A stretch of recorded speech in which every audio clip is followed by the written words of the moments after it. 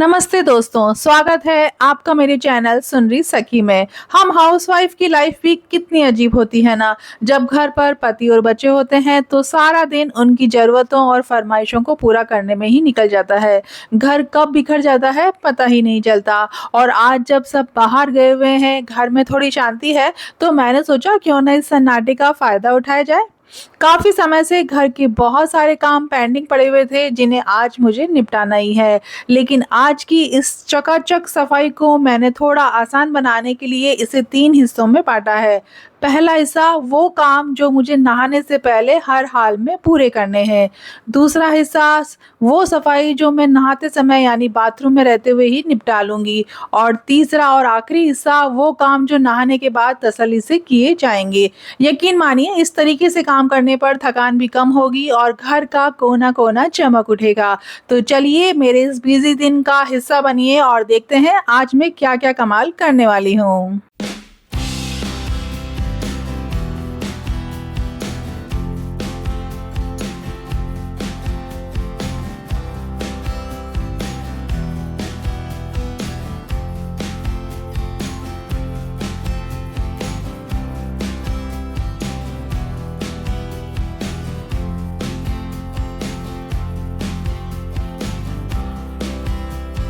तो चलिए आज की सफाई का आगाज करते हैं किचन से। किचन के शेल्फ पर बिछी ये लाइनिंग अब बदलने का वक्त आ गया है। आप देख सकते हैं यहाँ मैंने पहले एक पुरानी योगा मैट का इस्तेमाल किया हुआ है और जिसे मैंने आपके साथ शेयर भी किया था। और सच मानिए पिछले 2-3 सालों से मेरा अनुभव इसके साथ बहुत ही कमाल का रहा है। योगा मैट की ग्रिप अच्छी होती है और ये बर्तनों को फिसलने से भी बचाती है। क्योंकि इसका रिजल्ट इतना बढ़िया था तो मैंने सोचा कि क्यों ना दोबारा इसी का इस्तेमाल किया जाए। इसके लिए मैंने एक पुरानी योगा मैट को अच्छे से वॉश करके सुखा लिया है और अब बारी है इसे शेल्फ के साइज के हिसाब से कट करने की और फिर सलीके से अरेंज करने की। तो आइए एक-एक करके हम हर रैक के साइज के मुताबिक इसे काटते हैं और फिर इसे सेट करके अपने किचन को देते हैं एक नया और फ्रेश लुक।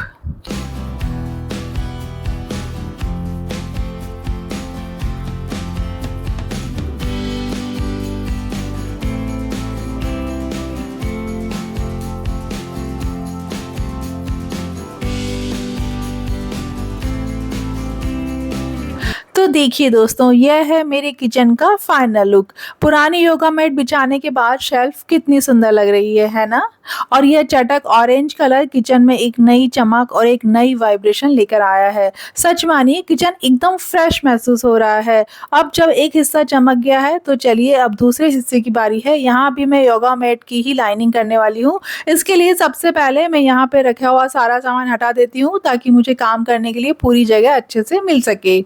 अब मैं इस मेटल शेल्फ का सही नाप ले लूँगी और उसी के हिसाब से लाइनिंग को कट करके यहाँ अरेंज कर दूँगी। लाइनिंग सेट होने के बाद अब फिर से हम अपना सारा सामान सलीके से यहाँ सजा देते हैं।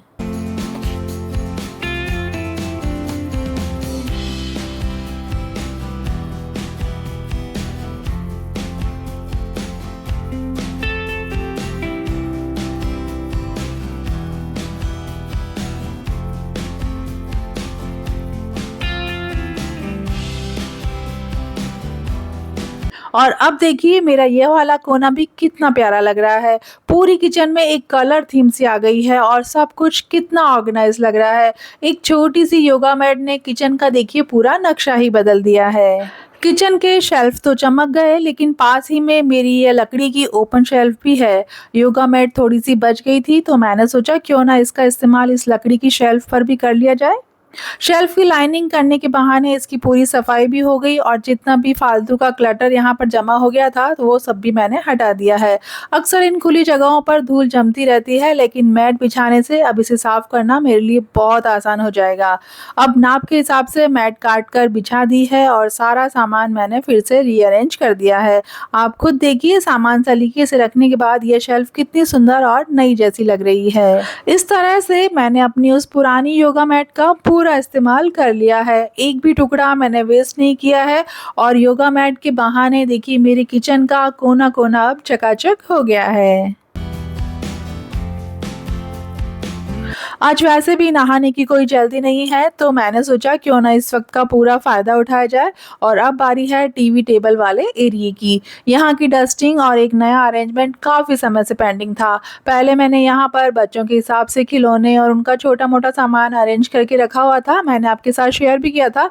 पर अब मैं इस थीम को पूरी तरीके से बदलने वाली हूँ। सफाई और डस्टिंग तो मैंने अच्छे से कर ली है और अब बारी है इन प्यारे-प्यारे पीतल के छोटे-बड़े आर्टिकल्स को यहाँ सजाने की।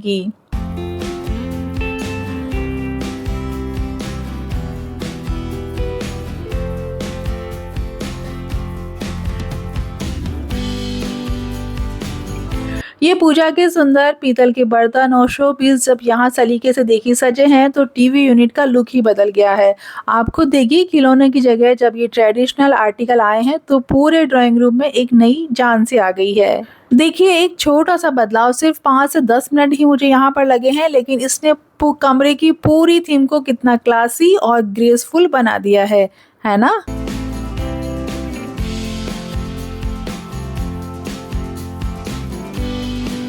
कितने ही दिनों से मैं सोच रही थी कि गार्डन के इस हिस्से को साफ करूं, लेकिन यहाँ की हालत देखकर ही मैं रुक जाती थी। यहाँ देखिए शनिवार और मंगलवार को तेल का दिया लगाने की वजह से ये टाइल्स कितनी ज़्यादा चिपचिपी ग्रीसी सी हो गई है। तेल के दाग इतने जिद्दी हैं कि ये सिर्फ गर्म पानी या नॉर्मल साबुन से साफ होने वाले नहीं हैं। तो आज इसके लिए मैं एक खास घरेलू नुस्खा आजमाने वाली हूँ। मैंने यहाँ पर लिया है बेकिंग सोडा। इसे मैं पहले टाइल्स पर अच्छे से छिड़क दूंगी जहाँ पर भी चिपचिप है, और ऊपर से नींबू की मदद से इसे रगड़ दूंगी। बेकिंग सोडा और नींबू का जो रिएक्शन होता है ना, वो तेल की परत को काटने में बहुत असरदार होता है। अब रगड़ने के बाद मैं इस हिस्से को 15 से 20 मिनट के लिए ऐसे ही छोड़ दूंगी ताकि सोडा अपना काम गहराई से कर सके। तब तक मैं खाली नहीं बैठूंगी। चलिए तब तक ये सेट हो रहा है, मैं अपने दूसरे पेंडिंग काम निपटा लेती हूँ। घर की अंदरूनी सफाई तो हो गई और अब बारी है इस एंट्रेंस डोरमेट की, जो काफ़ी गंदा हो गया है। साथ ही मेरी ये योगा मैट जिसे मैं रोज़ाना इस्तेमाल करती हूँ, इसे भी आज मैं अच्छे से वॉश करूँगी। मैं हर महीने अपनी योगा मैट ज़रूर से धोती हूँ, क्योंकि अच्छी सेहत और हाइजीन के लिए योगा मैट का साफ़ होना बहुत ज़रूरी है। आपने अपनी योगा मैट लास्ट टाइम कब वॉश की थी, मुझे कमेंट करके ज़रूर से बताइएगा। सफाई के इन कामों के लिए मैं हमेशा अपने इस पुराने टूटे हुए टब का ही इस्तेमाल करती हूँ। नहाने वाली बाल्टी को मैं कभी भी घर की सफाई के लिए यूज़ नहीं करती। ये छोटी-छोटी आदतें घर में शुचिता बनाए रखती हैं।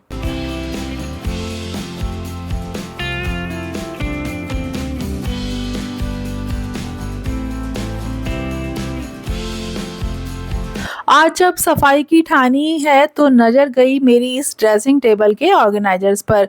ये भी थोड़े गंदे हो गए हैं, तो इन्हें मैं नहाते समय ही वॉश कर लूँगी। लेकिन उससे पहले योगा मैट और ड्रेसिंग टेबल की बची हुई लाइनिंग्स को मैं गर्म पानी में भिगोकर छोड़ देती हूँ।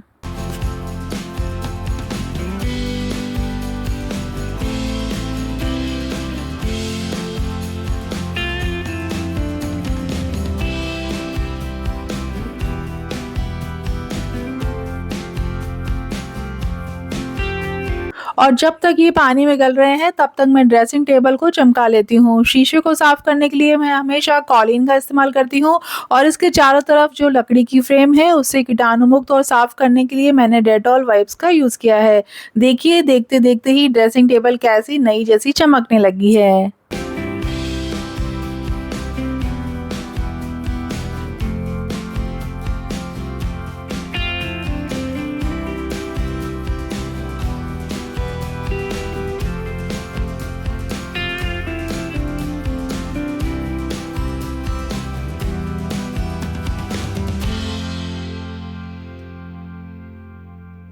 लगभग 15 से 20 मिनट हो गए हैं और बालकनी में जो बेकिंग सोडा और नींबू का मैंने छिड़काव किया था, अब बारी है उसे साफ करने की। आप यकीन नहीं मानेंगी, अब ये चिकनाहट इतनी आसानी से निकल रही है कि मैं क्या बताऊं। यहाँ मैं आपको एक बहुत काम की टिप देना चाहूँगी कि किसी भी चीज़ की सफाई में थोड़ा सब्र रखना बहुत ज़रूरी है। अक्सर हम क्लीनिंग एजेंट डालते ही रगड़ना शुरू कर देते हैं, जिससे मेहनत भी ज़्यादा लगती है और सफाई भी ठीक से नहीं हो पाती है। आप हमेशा सफाई के घोल को समय दें, जितना बताया गया है, जैसे 10 मिनट है या 20 मिनट है या रात भर का जितना भी समय बताया गया है, उतना समय आप उसे ज़रूर से दीजिए। जब आप उसे वक़्त देते हैं तो वे गंदगी को खुद ब खुद ढीला कर देते हैं और आपकी मेहनत इससे आधी गंदगी रह जाती है, तो आप ऐसा ज़रूर से किया कीजिए।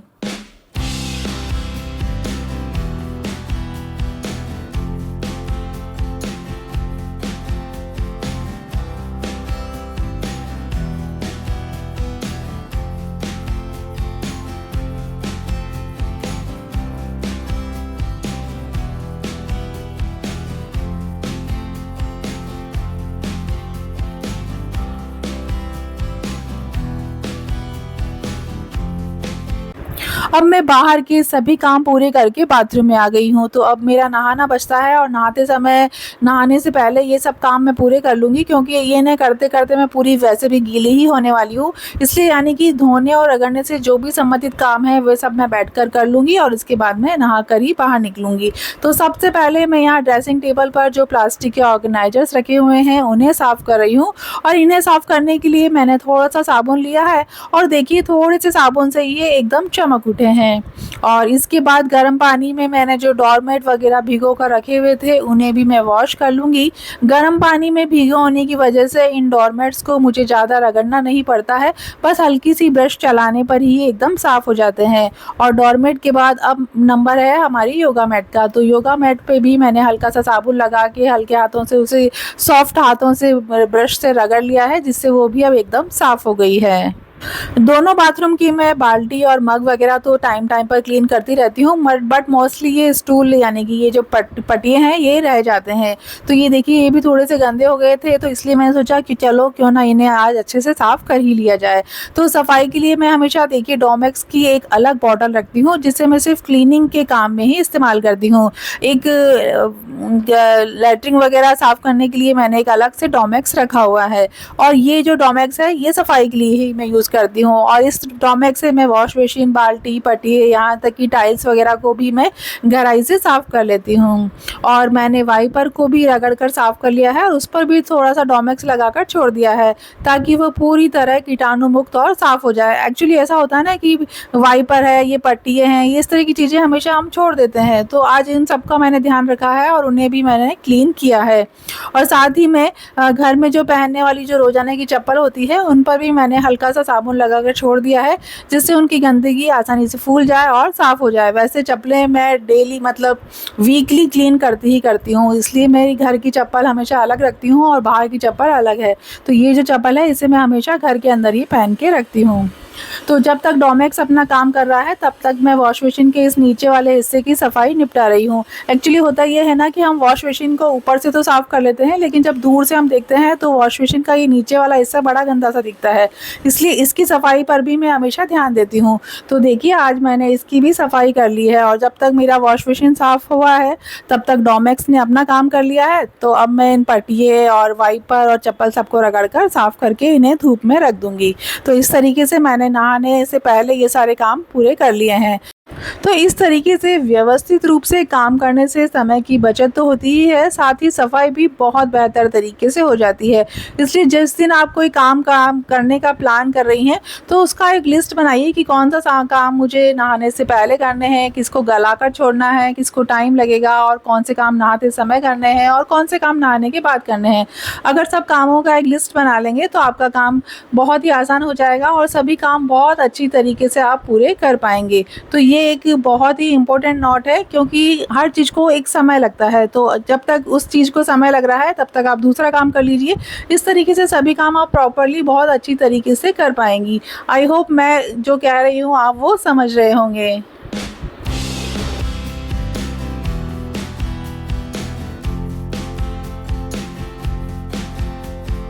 नहाने के बाद अब बारी है घर के सबसे पवित्र कोने यानी मंदिर को साफ करने की। तो इसके लिए मैंने मंदिर का सारा सामान और मूर्तियां एक जगह सलीके से रख दी है, ताकि मैं अच्छे से डस्टिंग कर सकूं।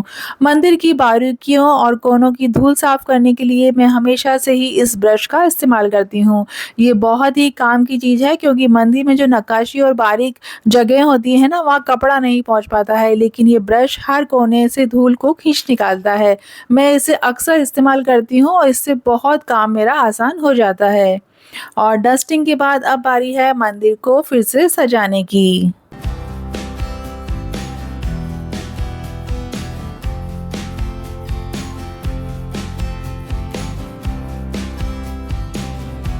भगवान जी के आसन के लिए आज मैं यहाँ एक नया कपड़ा बिछा रही हूँ। ये कपड़ा अपनी जगह से हिले नहीं, इसके लिए मैंने एक छोटी-सी ट्रिक अपनाई है। कोनों पर डबल साइडेड टेप लगा दिया है, जिससे कपड़ा एकदम फिक्स रहता है। मूर्तियों की सफाई को लेकर मैं एक खास बात मानती हूँ। मैं पीतल की मूर्तियों को साल में सिर्फ एक बार दिवाली पर ही वॉश करती हूँ। अगर हम इन्हें बार-बार पानी से धोते हैं, तो पीतल पानी के संपर्क में आने से काला पड़ने लगता है। इसलिए रोजाना की सफाई के लिए मैं इस छोटी ब्रश का ही इस्तेमाल करती हूँ, जिससे मूर्तियों की चमक बरकरार रहती है और वो एकदम नई जैसी दिखती है। और मेरे पास जो ये गौ माता और साईं बाबा की मूर्तियाँ हैं, वो मार्बल की हैं, इसलिए इन्हें मैंने पानी से अच्छे से धोकर साफ कर लिया है। अब सब कुछ फिर से अरेंज करने के बाद देखिए हमारा मंदिर कितना दिव्य और चमचमाता हुआ लग रहा है। मन को कितनी शांति मिलती है जब भगवान का घर इतना साफ-सुथरा होता है।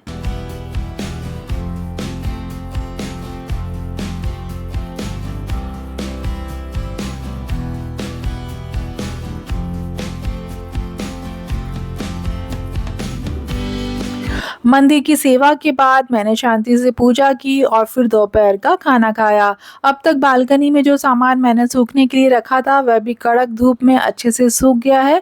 तो चलिए अब सब कुछ उनकी जगह पर अरेंज कर देते हैं। सबसे पहले ये ड्रेसिंग टेबल के ऑर्गेनाइजर्स और लाइनिंग जो एकदम साफ हो चुके हैं, इन्हें मैं वापस अपनी जगह पर सेट कर देती हूँ।